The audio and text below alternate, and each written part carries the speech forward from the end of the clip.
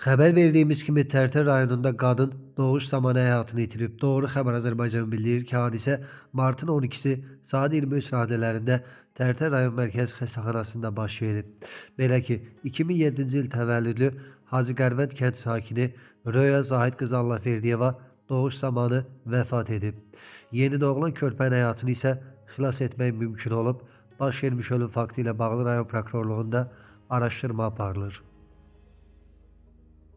Xəbər verdiyimiz kimi Quba rayonunda ölümlə nəticələnən qəza baş verib. Hadisə dünən saat 17 radələrində rayonun Qımılqazma kəndində qeydə alınıb. Belə ki, Bakı şəhər sakini 27 yaşlı Elçin Yusifoğlu Yusifovun idarə etdiyi kvadrosikl beton maniyaya çırpılıb. Nəticədə o, aldığı ağır xəsarətlərdən elə hadisə yerində həyatını itirib.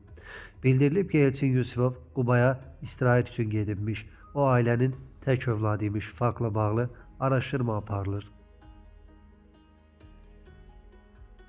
Naxçıvanda da qadın doğuş zamanı ölüb. Report xəbər verir ki, qadının doğuşdan sonra səhhəti qəfil pisləşib.